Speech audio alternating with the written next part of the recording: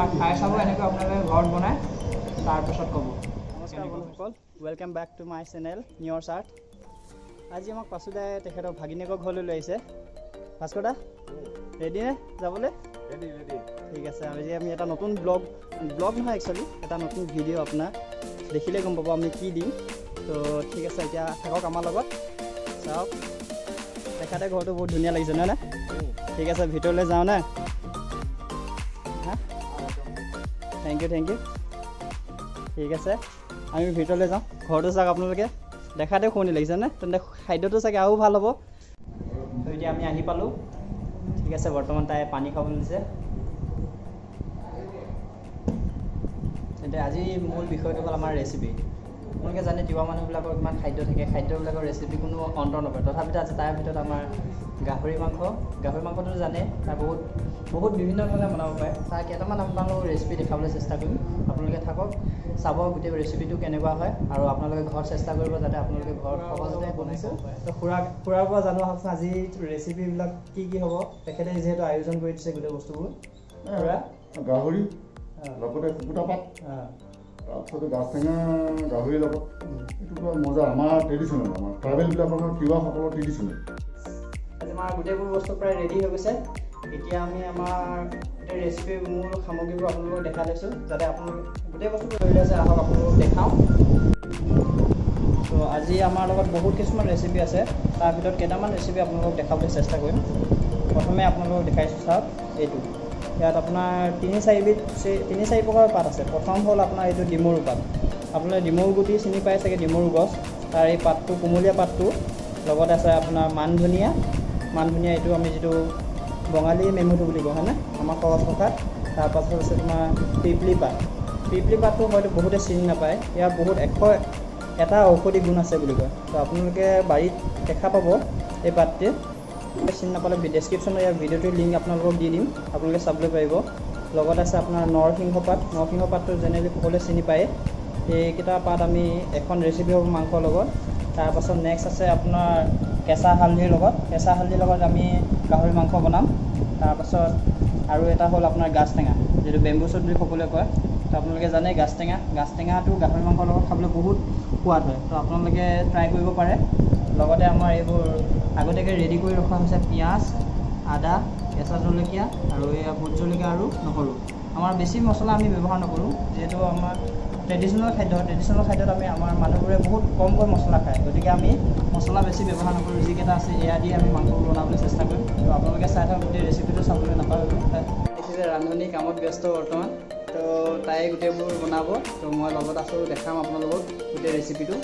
আৰু আপোনালোকে চাওক কেনেকৈ বনাম, গোটেই ৰেচিপিটো চাবলৈ আপোনালোকে মোৰ লগত থাকক।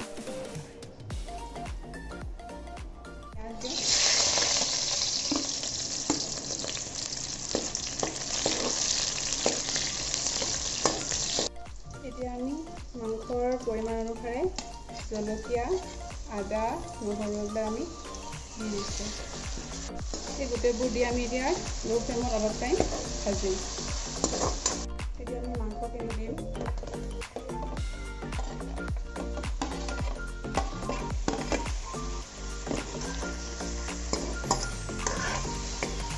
যিহেতু মাংসখিনি বইল কৰি লোৱা হৈছিল, গতিকে মই ইয়াত হালধি আৰু নিমখ ব্যৱহাৰ কৰা নাই। বাঁহৰ গাজ, আপোনালোকে টেঙাটো নিজৰ পৰিমাণত দিব পাৰিব। যোনে টেঙা বেছিকৈ খায়, টেঙা অলপ সৰহকৈ দিব। যদি টেঙা কমকৈ খায়, কমাই দিলেও হ'ব। এতিয়া আমি এইখিনি লৰাই দিম।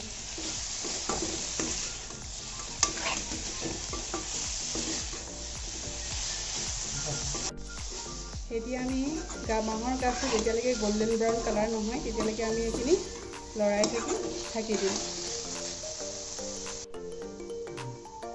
মাজে অলপ লাহেকৈ লৰাই দিব।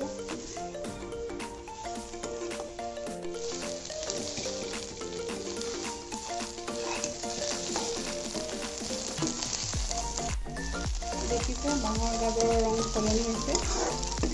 এতিয়া আমি ইয়াত অলপ পানী দি দিওঁ।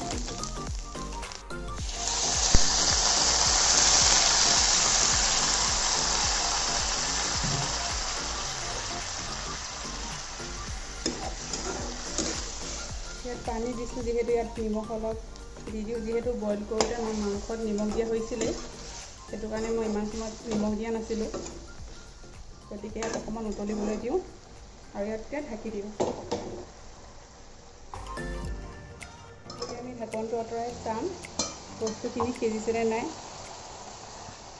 সোৱাদ অনুসৰি নিমখ আৰু পানী দিম।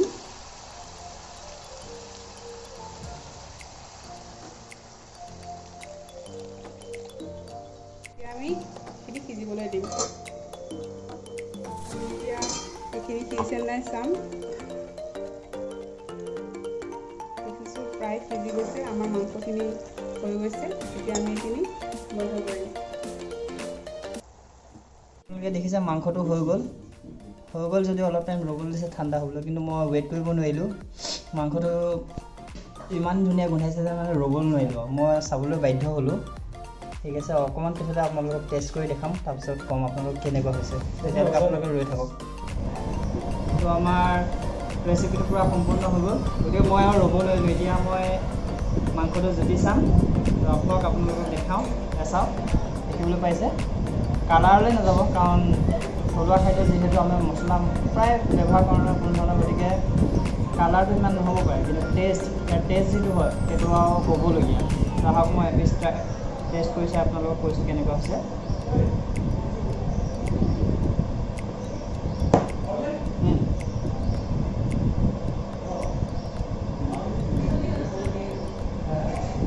এবাৰ খাই চাব এনেকৈ আপোনালোকে ঘৰত বনাই, তাৰপিছত ক'ব কেনেকুৱা হৈছে।